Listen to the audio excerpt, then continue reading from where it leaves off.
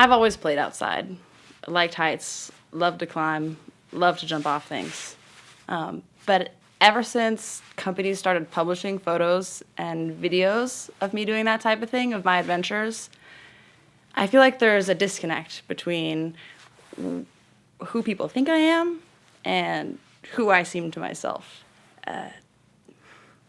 Your life always looks really cool on Facebook. Your adventure always looks really amazing, and you look super pro after it's been edited and cut and clipped and filmed in the exact right way. But I'm still always just me. And I get scared a lot of the time when I'm up high. And, no matter how badass someone thinks I am or I think I am, in the end, there's always someone crazier than you, stronger than you, better climber. And for me, one of those people is Steph Davis, one of those ones that I've always looked up to. I call myself a desert rat, a Moab monkey, a base jumper, a climber, a real rock climber. But, no matter what I do, just like all of us, I'll never live up to my heroes. One of the cool things in climbing, especially, is that the community is so small, we get to meet our heroes all the time and actually hang out with them. And this happened to me in Moab. I moved to Moab. Steph Davis was living there also. I had read her book as a college student and decided that that's what I want to do with my life, and I want to be amazing like that and have adventures and climb up to the top of really tall rocks. And I had climbed up to the top of a really tall rock with my boyfriend, Andy. We climbed to the top of the Titan. It's about 900 feet. It was one of my first aid climbs that I'd done. And Steph Davis and her husband Mario, being base jumpers, they asked Andy and I if we would take them up our tower. We had fixed ropes on the whole thing, so we basically had, long ropes hanging down all the way to the bottom of this tower. And Steph and Mario asked us if we would take them up the Titan so they could jump off the top. I was super excited about this. We take Steph and Mario out. It's one of my favorite places on Earth, the Fisher Towers. The Fisher Towers are this dark, red, globby sandstone that is piled up into these unlikely-looking shapes and towers. It's like a little kid took wet sand between his hands and let it slowly drip down until it had made a big drip tower on the beach. That's what these towers look like. So Andy and I took Steph and Mario up to the top of the tallest one, and they're gearing up for their base jump, and my boyfriend's gearing up for his base jump. Everyone's putting their parachutes on. We're checking the wind. It's quiet up there. The weather was really good. But we didn't know how long the weather would stay good, so I'm wanting to sit up there and sort of enjoy this beautiful vista. You look out and you see towers forever, and you see Castleton in the distance, and you see Periop Mesa, and it's just red rock and white snow as far as the eye can see.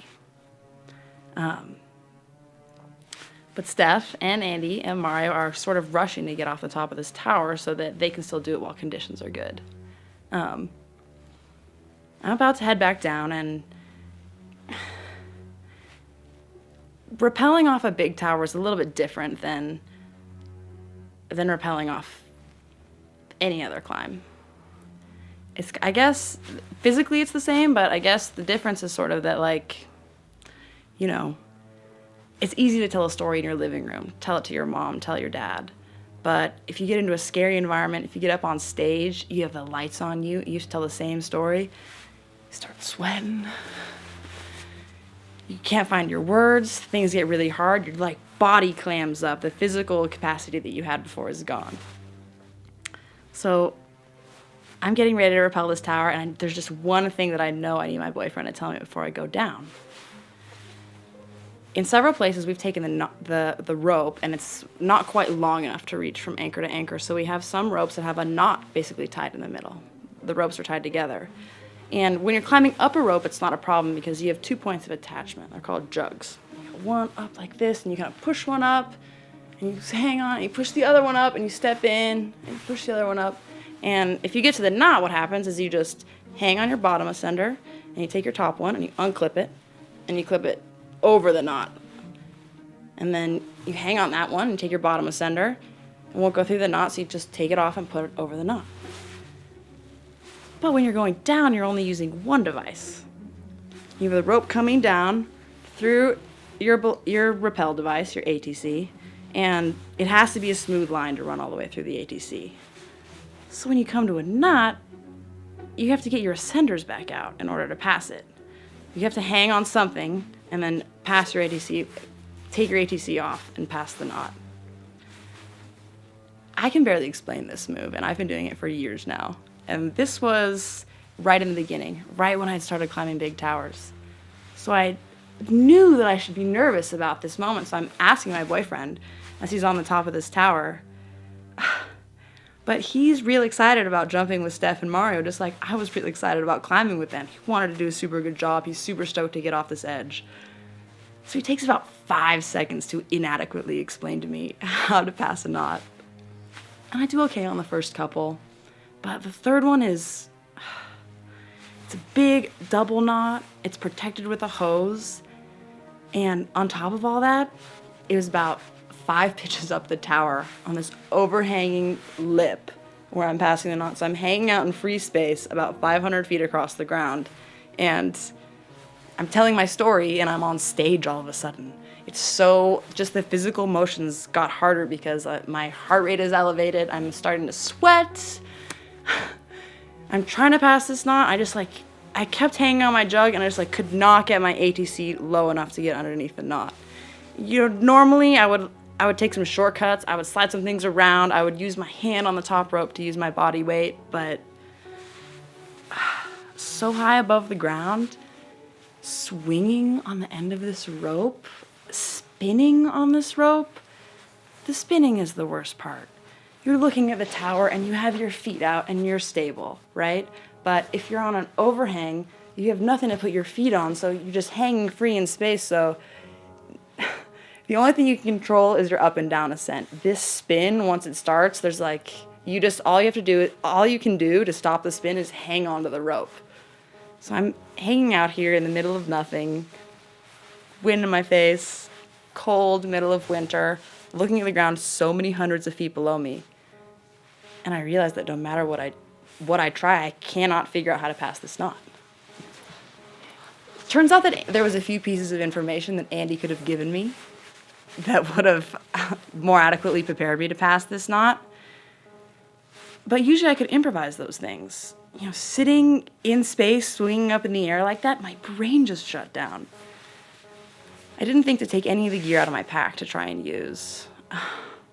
I tried to muscle through it. I literally tried everything I could think of until I realized that I'm stuck 5 pitches up off this wall. All my friends have base jumped off the top of the tower. No one is coming. No one can see me. I can't go up. I can't go down.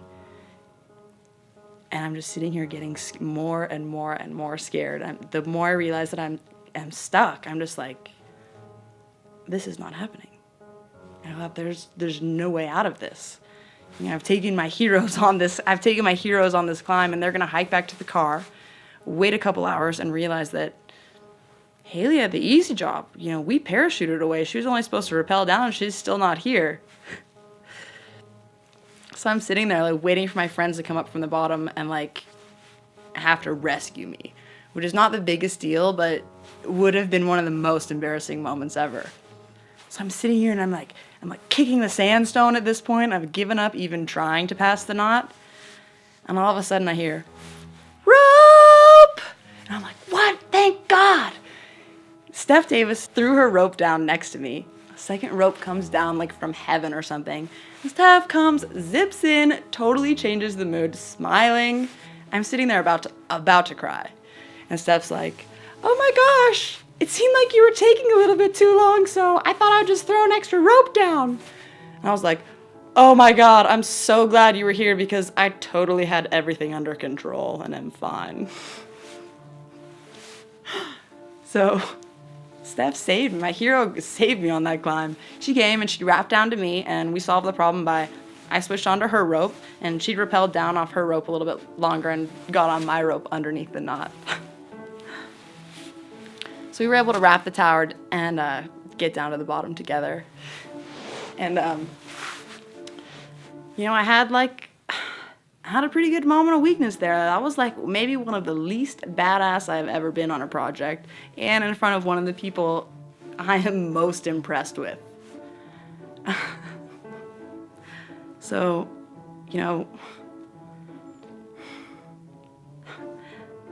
not many of us get a chance to meet our heroes. Not many of us get a chance to be rescued by our heroes. And I think that maybe the lesson is that none of us are as badass as we think that we are. And it keeps your ego in check to remember that there's always that person out there who's a little bit more badass than you. And maybe, just maybe, in that moment where you need them, they'll show up and get you out of your tight spot.